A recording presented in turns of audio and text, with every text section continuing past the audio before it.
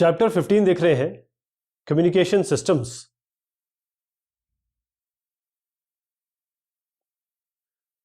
Propagation of electromagnetic EM waves के बारे में बात करेंगे। अब देखिए, इलेक्ट्रोमैग्नेटिक वेव्स, चाहे आप रेडियो यूज कर रहे हो, टीवी यूज कर रहे हो, सेल फोन हो आपके पास, सब जगह आप यही यूज कर रहे हैं। इसमें होता क्या है कि एक एंटेना का आप यूज करते हैं और एक ट्रांसमिटिंग एंटेना होता है, ये ट्रांसमिट करता है, प्रोपोगेशन यहां से होता है। और दो तीन टाइप के एंटेनाज होते हैं, जिसमें मेनली अगर देखा जाए तो आपका ओमनी डायरेक्शनल एंटीना होता है, जो हर जगह प्रोपोगेट करता है, हर डायरेक्शन में। कई यूनिडायरेक्शनल भी होते हैं, एक ही डायरेक्शन में करते हैं, कुछ एंगल पे करते हैं। तो जो अर्थ एटमॉस्फेयर है, इसमें बहुत बड़ा रोल प्ले करती है। अर्थ एटमॉस्फेयर देखिए, ट्रोपोस्फेयर से शुरू करते हैं, ट्रोपोस्फेयर है, स्ट्रेटोस्फेयर है, मेसोस्फेयर है, इस तरीके से आगे बढ़ते हैं। और कहीं हमारे पास आयोनोस्फेयर भी है, इसके बारे में बात करेंगे। तो अलग अलग तरीके से इलेक्ट्रोमैग्नेटिक वेव्स एमिट की जाती है एंटीना द्वारा, और ये आपके रिसीवर तक पहुंचती है। तो जो वेव प्रोपोगेट हो रही है सरफेस, अगर मैं इस तरीके से बनाऊं, और ये सरफेस पे जो जा रही है, जमीन को छूती हुई, उनको हम सरफेस वेव या ग्राउंड वेव कहते हैं। वो वेव्स जो ट्रांसमिटिंग एंटीना से रिसीवर पे जा रही है स्ट्रेट लाइन में, और या फिर वो रिफ्लेक्ट होके जा रही है ग्राउंड से, उसको हम स्पेस वेव कहते हैं। यानी कि या तो इस एंटेना पे वो यूं पहुंचे, या यूं जमीन से टकरा के या किसी और चीज से टकरा के वो यूं पहुंचे। यहां पर ये ट्रांसमीटर है, ये रिसीवर है। तो ये स्पेस वेव्स है। जो वेव आपके रिसीवर पे पहुंच रही है और वो एक बहुत बड़ा डिस्टेंस पे आप उसे भेज रहे हैं, और आप देख रहे हैं कि वो जा रही है आयोनोस्फेयर पे, यानी कि हमारे एक लेयर होता है अर्थ एटमॉस्फेयर का, उस आयोनोस्फेयर पे जाके टकराती है, वहां से वापस आती है, रिफ्लेक्ट होती है, और आपको करीबन वो जो आयोनोस्फेयर है काफी दूरी पे है, 60 से लेकर 300 किलोमीटर तक है। वेरी करता है एक्चुअली, इसकी मैं बताऊंगा आपको, थोड़ा सा दिन में रात में अलग अलग वेरी करता है। तो जो सरफेस है अर्थ पे वापस आती है, इन वेव्स को हम स्काई वेव्स कहते हैं। तो कंडक्टिविटी हो, परमिटिविटी हो, परमिएबिलिटी हो, या रिफ्रैक्टिव इंडेक्स हो, ये सारे के सारे जो अर्थ एटमॉस्फेयर के हो या आपकी जो लेयर्स है, वो सारे के सारों की ये जो 4-5 चीजें हैं वो इफेक्ट करती हैं प्रोपोगेशन में। केवल आपको इलेक्ट्रोमैग्नेटिक वेव्स भेजना और लेना नहीं है, इन सब का भी ख्याल रखना है। ग्राउंड वेव प्रोपोगेशन या सरफेस वेव प्रोपोगेशन। तो इसमें क्या होता है कि आपके पास ये ग्राउंड है और वेव कुछ इस तरीके से जा रही है। तो ग्राउंड वेव प्रोपोगेशन में जो इलेक्ट्रोमैग्नेटिक वेव्स है वो प्रोपोगेट करती है सरफेस के अलावा। और क्योंकि हमारे अर्थ की एटमॉस्फेयर की अलग अलग प्रॉपर्टीज है, इलेक्ट्रिक प्रॉपर्टीज है, तो ये जो वेव्स हैं जो ट्रांसमीटर से गई, वो एक कर्व्ड सरफेस अर्थ का लेती है और साथ में रिसीवर में पहुंचती है। तो ग्राउंड वेव प्रोपोगेशन तभी पॉसिबल है जब ट्रांसमीटर और रिसीवर दोनों जमीन पे हो, या जमीन के बहुत करीब हो, अर्थ क्रस्ट के आसपास हो, है ना, अर्थ सरफेस के करीब हो। क्योंकि इलेक्ट्रिक फील्ड इस ग्राउंड वेव की इलेक्ट्रिक चार्ज इंड्यूस करती है सरफेस पे। देखिएगा, मान लीजिए ये आपका सरफेस ऑफ अर्थ है और इस तरीके से ये जा रही है। अब क्योंकि ये जो वेव्स है, इलेक्ट्रोमैग्नेटिक वेव्स है, इनका ये एक चार्ज होगा इनमें, इस चार्ज के कारण यहां भी चार्ज इंड्यूस होगा। हम देख चुके हैं कि चार्ज इंड्यूस होता है। अब अगर ये नेगेटिव है तो ये पॉजिटिव होगा, पॉजिटिव है तो नेगेटिव होगा, इस तरीके से चार्ज इंड्यूस होता है अर्थ पे भी। अब ये जो चार्ज है, क्योंकि मूव भी कर रहा है ना, क्योंकि मूव भी कर रहा है, इस कारण से ये मूव कर रही है ना वेव्स, इस कारण से इलेक्ट्रिक करंट भी पैदा होता है। बल्कि ये देखा जाए कि कंडक्टिविटी अर्थ की कोई इनफाइनाइट नहीं है, उस अर्थ की भी एक कंडक्टिविटी है। तो अगर सरफेस सैंडी हो, सैंड हो, बालू हो, उसमें कहीं बोल्डर हो, कहीं पत्थर हो, कभी कहीं कुछ हो, कहीं पानी हो, बहुत सारी चीज उसमें अर्थ पे आ सकती है। तो जो सरफेस है, सरफेस वेव प्रोपोगेट करती है इन डिफरेंट मीडियम से, अलग अलग कंडक्टिविटीज उसको मिलती है, कहीं पानी की, कहीं बालू की, कहीं रेत की, कहीं किसी और चीज की, कभी पौधों की। तो जो एनर्जी है वेव की, वो धीरे धीरे कम होती है, क्योंकि अर्थ की भी एक फाइनाइट कंडक्टिविटी होती है और इनकी भी एक फाइनाइट कंडक्टिविटी होती है। इसके कारण ये ज्यादा दूर नहीं जा पाती, क्योंकि एक चार्ज इंड्यूस हो गया, एटेन्युएशन हुए, जाके ये एक जगह पे जाके इनकी एनर्जी क्षीण हो जाएगी, कम हो जाएगी। इसके अलावा जो इंटेंसिटी है इलेक्ट्रिक फील्ड की, जो वेव की होती है, वो आपकी इनवर्सली प्रोपोर्शनल होती है डिस्टेंस से, मतलब जितने दूरी पे जा रहा है। तो अगर आप इंटेंसिटी की बात करें तो वो इनवर्सली प्रोपोर्शनल होती है डिस्टेंस की। जिस दूरी पे आप भेज रहे हैं। तो जो अब्जॉर्प्शन हो रहा है एनर्जी का, क्योंकि वेव की एनर्जी कम हो रही है, ये उसकी फ्रीक्वेंसी पे भी डिपेंड करती है। जितना ज्यादा आप फ्रीक्वेंसी पे भेजेंगे उतनी ज्यादा एनर्जी एब्जॉर्ब हो जाएगी, उतनी ज्यादा एनर्जी उसकी क्षीण होगी, कम होगी डिस्टेंस के साथ। तो जो वेव है जिसकी फ्रीक्वेंसी 2 मेगाहर्ट्ज है या उससे ज्यादा, ये आप सरफेस वेव की तरह नहीं भेज पाएंगे, क्योंकि 2 मेगाहर्ट्ज के ऊपर फ्रीक्वेंसी अच्छी खासी हो जाती। लेकिन मीडियम वेव बैंड की बात करें, जैसे 550 किलोहर्ट्ज से लेकर 1600 किलोहर्ट्ज है, ये आप देखेंगे कि जो आपका एम रेडियो होता है, एम रेडियो वेव जो है वो इससे प्रोपोगेट होती है, ग्राउंड वेव से प्रोपोगेट होती है। स्काई वेव प्रोपोगेशन, जो प्रोपोगेशन है, अब 2 मेगाहर्ट्ज के ऊपर अगर आप ग्राउंड वेव पे भेजेंगे तो एनर्जी इसकी बहुत जल्दी लॉस हो जाएगी। बहुत सारे रीजन इसके होते हैं। तो 2 मेगाहर्ट्ज से 30 मेगाहर्ट्ज तक इस बीच में ये प्रोपोगेशन हम करते हैं स्काई वेव, यानी कि रेडियो वेव स्काई वेव के थ्रू। तो जो इलेक्ट्रोमैग्नेटिक वेव है वो ट्रांसमीटर से हम भेजते हैं, रिटर्न होता है ये आयनोस्फीयर से टकरा के, और हाइट उसकी करीबन इतनी होती है, देखिएगा कुछ इस तरीके से हो रहा है कि ये स्काई वेव हम इस तरीके से भेजते हैं, यहाँ पर आपका आयनोस्फीयर है, जहां पर आपको फ्री आयंस मिल रहे हैं, इन आयनों से टकरा के ये वापस आता है। तो रिसीवर जो है इस कारण से अच्छे खासे डिस्टेंस पे आप रख सकते हैं, ताकि आपको यहां से जो रिसीविंग सिग्नल है वो मिल सके, जो सेंड सिग्नल है वो रिसीव कर सके। तो आयोनोस्फीयर, ये जो है आपका आयोनोस्फीयर, ये एक मिरर का काम कर रहा है, एक मिरर की तरह समझिए, जिससे ये टकरा के वापस आ रही है रेडियो वेव्स।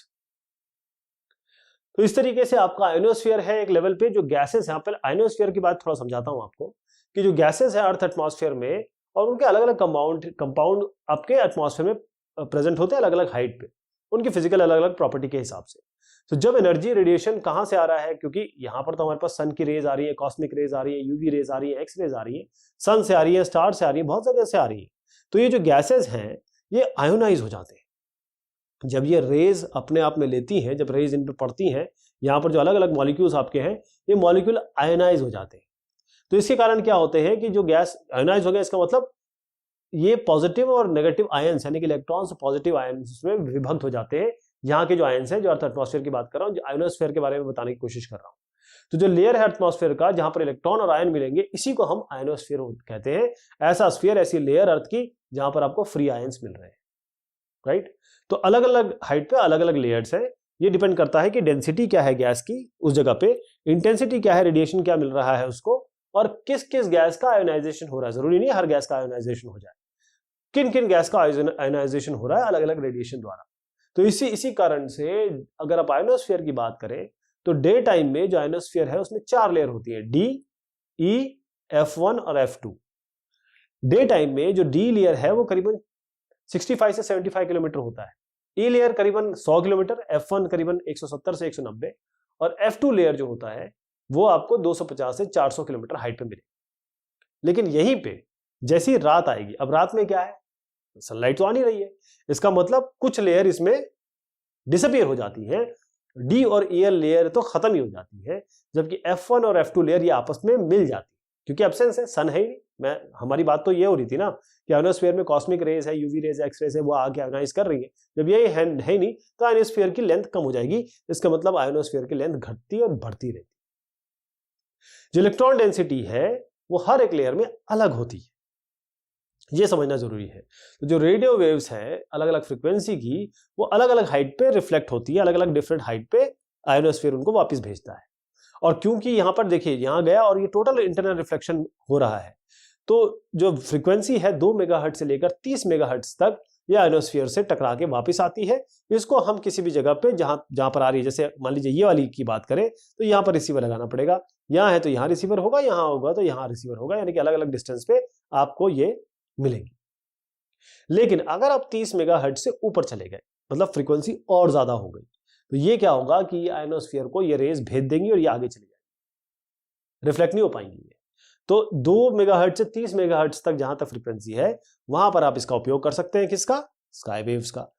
30 मेगाहर्ट्ज से ऊपर नहीं कर पाएंगे। तो जो वेव है जिसकी फ्रीक्वेंसी शॉर्ट वेव SW है, SW band, short wave band, FM band, ऐसे आपके रेडियो में होते हैं।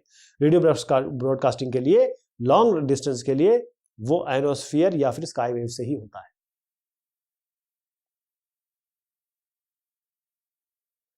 स्पेस वेव या ट्रोपोस्फेरिक वेव प्रोपोगेशन। अब देखिएगा कि अगर आप 30 मेगाहर्ट्ज से 2 मेगाहर्ट्ज से 30 मेगाहर्ट्ज तक तो ठीक है, 30 मेगाहर्ट्ज से ऊपर जैसे ले गए, आपने स्काई वेव भेजी, वो जाके आयनोस्फीयर से पार हो जाएगी, आयनोस्फीयर को भेज देगी। तो जो सरफेस वेव प्रोपोगेशन है ये हमारा पॉसिबल नहीं हो पाता है जब हम हाई फ्रीक्वेंसी वेव्स ले, राइट। तो जो प्रोपोगेशन है इस केस में अब हम कैसे करेंगे, इन हाई फ्रीक्वेंसी का हम कैसे कर पाएंगे, हम यूज करेंगे स्पेस वेव या ट्रोपोस्फेरिक वेव। अगर हम कर्वेचर अर्थ का भी निग्लेक्ट कर लें या डिस्टेंस जो है ट्रांसमीटर का रिसीवर का छोटा है, तो यहां पर जो वेव होगी ट्रांसमीटर से जो जाएगी रिसीवर पे, वो अलग अलग पाथ ले सकती है। जैसे मान लीजिए ये ट्रांसमीटर है, ये रिसीवर है, हो सकता है ये डायरेक्ट पहुंच जाए, हो सकता है यूं टकरा के वापस आए, हो सकता है वो यूं टकरा के वापस आए, इस तरीके से ही हमारे पास आएगी। तो जो वेव ट्रांसमिटेड है एंटीना ट्रांसमीटर द्वारा, वो रीच करेगी या पहुंचेगी आर पे, या तो स्ट्रेट लाइन पे पहुंचेगी, या वो टी ओ आर ये वाला पाथ लेगी, या ओ डैश मैं इसको कह दूं तो T O dash R path लेगी। तो जो इलेक्ट्रिक फील्ड इंटेंसिटी है रिसीवर एंटीना पे वो क्या होगी, वो इनका वेक्टर सम होगी, यानी कि आप इसको जोड़िए और इसको जोड़ दीजिए, यानी कि वेक्टर सम होगा इलेक्ट्रिक फील्ड जो दो वेव के कारण बन रही है। जो एटेन्यूएशन है यानी कि जो एनर्जी में कमी आ रही है दोनों वेव्स की, वो आप स्पेस के कारण अभी निग्लेक्ट कर सकते हैं। उनके एम्पलीट्यूड कम होंगे और कम इस तरीके से होंगे कि कितना डिस्टेंस है आपके सोर्स और डेस्टिनेशन का। ये जो डिस्टेंस ट्रांसमिटिंग एंटीना और रिसीवर एंटीना का ज्यादा है, तो जो कर्वेचर है अर्थ का वो आपका आएगा रोल में। अब यहां पर इसका कर्वेचर रोल में आएगा। ये तब की मैंने बात की जब आपका डिस्टेंस कम है, लेकिन जब आपका डिस्टेंस ज्यादा हो जाएगा तो कर्वेचर आ जाएगा। ये क्यों? क्योंकि ये जो रेज हैं वो हम कहां तक ले सकते हैं, लाइन ऑफ साइट तक, है ना। जैसे मान लीजिए यहां से यहां तक गए, इसको हम कहते हैं रेडियो हॉरिजन, और यहां से यहां तक गए, तो यहां से ट्रांसमिटिंग और रिसीविंग एंटीना किसी हाइट पे लगाया हमने, और यहां से हमारी रे पहुंची, इसको हम कह रहे हैं लाइन ऑफ साइट। यानी कि इसको अगर आप यहां खड़े हो गए तो इस एंटीना को ये एंटीना दिखना चाहिए बगैर किसी बीच में हर्डल के, या कोई अगर हॉरिजॉन हो भी, कोई पहाड़ हो भी, कोई ऐसा कोई ऑब्स्ट्रक्शन हो भी, तो वो इतना ऐसा ना हो कि जो इस रे को में बाधा पैदा करे। तो आप देखिएगा इसकी डायग्राम की ज्योग्राफी देखिए, ये है अर्थ का रेडियस यहां से यहां तक, ये सेंटर ऑफ अर्थ से ले रहे, ये आपका आर यहां से हुआ, ये अगर सी की मैं डिस्टेंस लूं, सी और ओ का, तो ये आर प्लस एच टी होगा। इसी तरीके से मैं ओ और मान लीजिए मैं इसको बी ले लेता हूं, तो ओ बी का कितना होगा, ये भी आर होगा प्लस एच आर, यहां से यहां तक डिस्टेंस, ठीक है। यहां से यहां तक मैं बोलता हूं कि चलिए इसका डिस्टेंस डी टी मैं यहां से यहां तक मानता हूं, क्योंकि ये डी टी क्या है, डिस्टेंस फ्रॉम ट्रांसमीटर। ये आपका डी आर है, डिस्टेंस फ्रॉम आपका, ये इसको हम कहते हैं D R, distance from receiving antenna. और ये कहां से ले रहे हैं, ए पॉइंट आपका रेडियो हॉरिजन, हॉरिजन मतलब वो पॉइंट जहां पर ये अर्थ के करीब जा रहा है, या फिर रेडियो हॉरिजन कहते हैं जो ऑब्स्ट्रक्शन जहां पर। यहां से यहां तक टोटल हम जो डिस्टेंस ले रहे हैं वो डीएम ले रहे हैं, तो डीएम किसके बराबर होगा, D T plus D R. यही जो चीज मैं बताई, इसी से हमारी मैथमेटिक्स बनेगी। तो इस फिगर को हमने देख लिया ध्यान से, जो हाइट है आपके ट्रांसमिटिंग मीटर एंटीना की एच टी है, जो वेव ट्रांसमिट ये करेगा वो ट्रेवल करेगी एक स्ट्रेट लाइन में जो रिसीव की जाएगी ए द्वारा यहां पर। अब जो डिस्टेंस है डी टी, यानी कि जो यहां से यहां तक की डिस्टेंस में बोल रहा हूं डी टी, जो एंटेना है यहां से लेकर जो कर्व सरफेस है अर्थ का, ये डी टी है। इस रीजन के बाहर ये पहुंच नहीं पाएगी, इसको हम कहते हैं, क्योंकि उसका कारण ये है कि यहाँ हमको क्लियर लाइन ऑफ साइट मिलती है। अगर क्लियर लाइन ऑफ साइट नहीं है तो हमको वहां डिस्टेंस मिल नहीं पाएगा, और यही जो डिस्टेंस है इसी को हम रेडियो हॉरिजन कहते हैं। जो टाइप ऑफ ट्रांसमिशन है इसको लाइन ऑफ साइट कम्युनिकेशन कह रहे हैं, और ये जो dt है यहां से यहां तक जो डिस्टेंस है इसको हम लाइन ऑफ साइट डिस्टेंस या कम्युनिकेशन रेंज या फिर रेडियो हॉरिजन कह रहे हैं।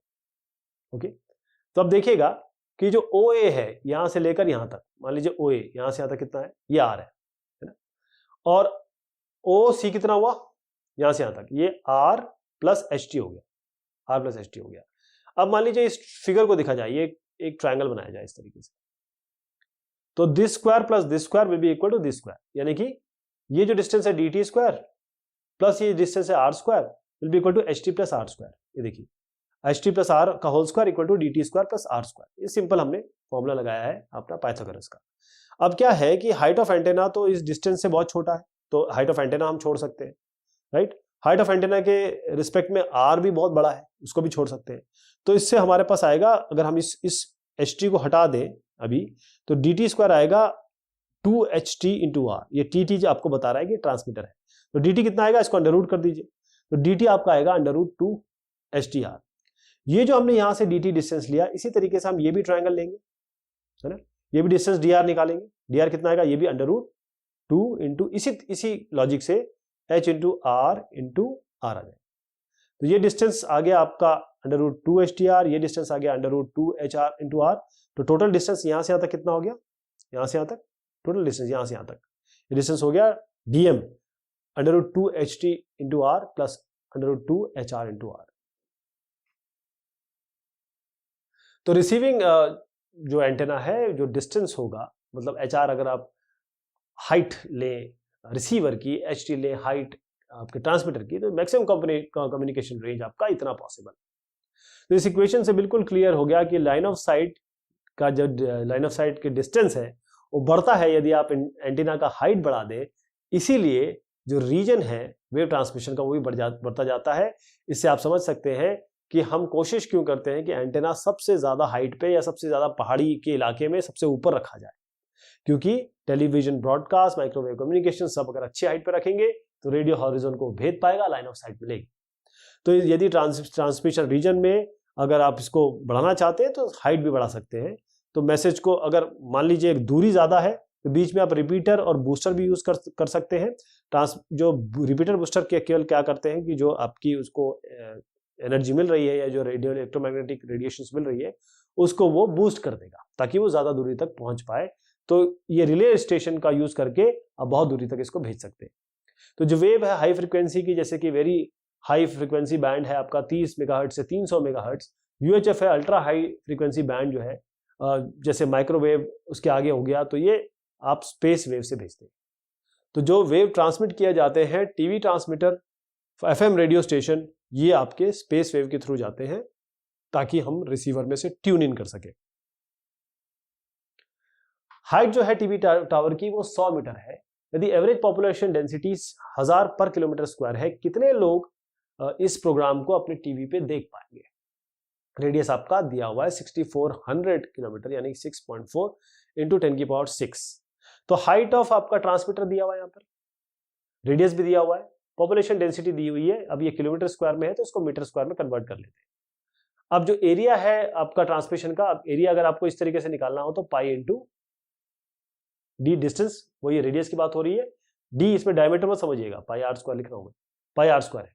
अब डी क्या है, डी आप जानते हैं ये किसके बराबर होता है, स्मॉल टी लिखता हूं इसका, ये होता है under root 2ht into R. तो इस डी की जगह हम ये लिख देंगे, स्क्वायर करेंगे, बाकी ये साथ 2 पाई इंटू ht आर आ गया, ये सारी वैल्यूज हमें पता है, यहां रख देंगे, आपका एरिया आ जाएगा। अब कितने लोग होंगे, ये है पर मीटर स्क्वायर, तो इसको अगर हम इससे मल्टीप्लाई कर दें तो हमारे पास ये लोग आ जाएंगे जो टीवी प्रोग्राम देख पाएंगे। ट्रांसमिटिंग एंटीना जो टावर पे लगा हुआ है उसकी हाइट है 50 मीटर, हाइट जो रिसीविंग एंटीना की है 32 मीटर। कितना मैक्सिमम डिस्टेंस सेटिस्फैक्टरी होगा अगर कम्युनिकेशन करना है लाइन ऑफ साइट मोड में? रेडियस दिया हुआ है 6400 किलोमीटर, इसको कन्वर्ट करेंगे 6400 इंटू 10 की पावर 3 मीटर में। हाइट ऑफ जो रिसीविंग एंटीना है, हाइट ऑफ ट्रांसमिटिंग एंटीना, दोनों दिया हुआ है। डिस्टेंस निकालना है तो सीधा हम एक फॉर्मूला लगाएंगे, under root 2htr plus under root 2hrr, सारी वैल्यूज पता है, 45.5 किलोमीटर आएगा।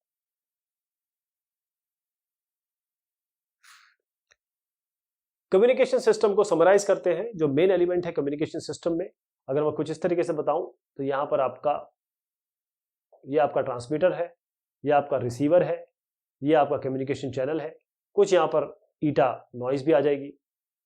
तो जो ट्रांसमीटर है, ट्रांसमिशन चैनल है, रिसीवर, इन तीनों को मिला के जो कम्युनिकेशन सिस्टम बनता है।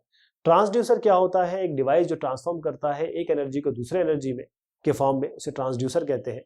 जैसे हमारी जो आवाज है, जैसे माइक्रोफोन क्या करता है, हमारी आवाज को चेंज करता है इलेक्ट्रिकल सिग्नल में, इस तरीके से ट्रांसड्यूसर्स होते हैं। ट्रांसमिशन चैनल वो ये पार्ट है, वो ये पार्ट है या लिंक है या मीडियम है ट्रांसमीटर और रिसीवर के बीच में। जो सिग्नल है इन्फॉर्मेशन के वो प्रोपोगेट होंगे इसी माध्यम में, इसी मीडियम में, और वो रिसीवर तक पहुंचेंगे। अब नॉइस मैंने बताया आपको, आपकी सिग्नल के अलावा जितनी भी चीजें वो सब नॉइस है। ये क्या होता है कि मिक्स हो जाती है। कई नॉइसेस तो आप हटा नहीं सकते, जैसे थर्मल नॉइस वगैरह है। कई नॉइसेस को आप कम कर सकते हैं, जैसे बाहर की जो नॉइस आ रही है उसको हम बहुत तरीके से कम कर सकते हैं। सिग्नल जो होते हैं, जैसे ट्रांसमिशन आप कर रहे हैं तो इन्फॉर्मेशन को ट्रांसफॉर्म किया आपने इलेक्ट्रिक सिग्नल में, इसी को हम सिग्नल कहते हैं। जो हमारा इन्फॉर्मेशन है दैट इज सिग्नल। तो दो टाइप के सिग्नल है, एनालॉग सिग्नल और डिजिटल सिग्नल। एनालॉग को, इसको मैं एक शब्द में बताऊं तो एनालॉग ये हुआ, डिजिटल ये हुआ। एनालॉग को डिजिटल में आप कभी भी कन्वर्ट कर सकते हैं। बैंडविड्थ क्या होती है, हाईएस्ट फ्रीक्वेंसी लीजिए, लोएस्ट फ्रीक्वेंसी लीजिए, दोनों को माइनस कर दीजिए, ये आपका बैंडविड्थ होती है। कम्युनिकेशन सिस्टम में जो डिफरेंस होता है मैक्सिमम फ्रीक्वेंसी का और मिनिमम फ्रीक्वेंसी का, जो आराम से एफिशिएंटली कम्युनिकेशन चैनल या ट्रांसमिट किया जा सके सिस्टम में, उसी को हम बैंडविड्थ कहते हैं। उस सिस्टम की, वो सिस्टम उतना रेंज भेज सकता है। जो बैंडविड्थ है ऑडियो सिग्नल की 20 किलोहर्ट्ज है, और जो बैंडविड्थ है वीडियो सिग्नल की वो 4.2 मेगाहर्ट्ज है। मॉड्यूलेशन की बात करें तो मॉड्यूलेशन का मतलब ये होता है कि क्योंकि हमारे पास लो फ्रीक्वेंसी वेव्स होती है जिसको हमें भेजना होता है मोस्टली, और हम इसको इतने बहुत सारी बाधाएं हैं उसके कारण नहीं भेज पाते हैं, तो हमारे पास हाई फ्रीक्वेंसी हमको यूज करना पड़ता है। तो ऑडियो सिग्नल या ये कहीं लो फ्रीक्वेंसी सिग्नल को हम बिठा देते हैं हाई फ्रीक्वेंसी पे और उसे भेज देते हैं। ये जो बिठाना होता है इसी को मॉड्यूलेशन कहते हैं। तो लो फ्रीक्वेंसी इसको हम, जिसे हमें भेजना सिग्नल, वो मॉड्यूलेटिंग सिग्नल होते हैं।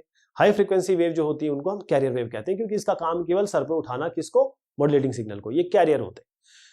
जो रिजल्टेंट वेव है उसको हम मॉड्यूलेटेड वेव कहते हैं। तीन टाइप के आपके मॉड्यूलेशन है, एम्पलीट्यूड मॉड्यूलेशन, फ्रीक्वेंसी मॉड्यूलेशन और फेज मॉड्यूलेशन।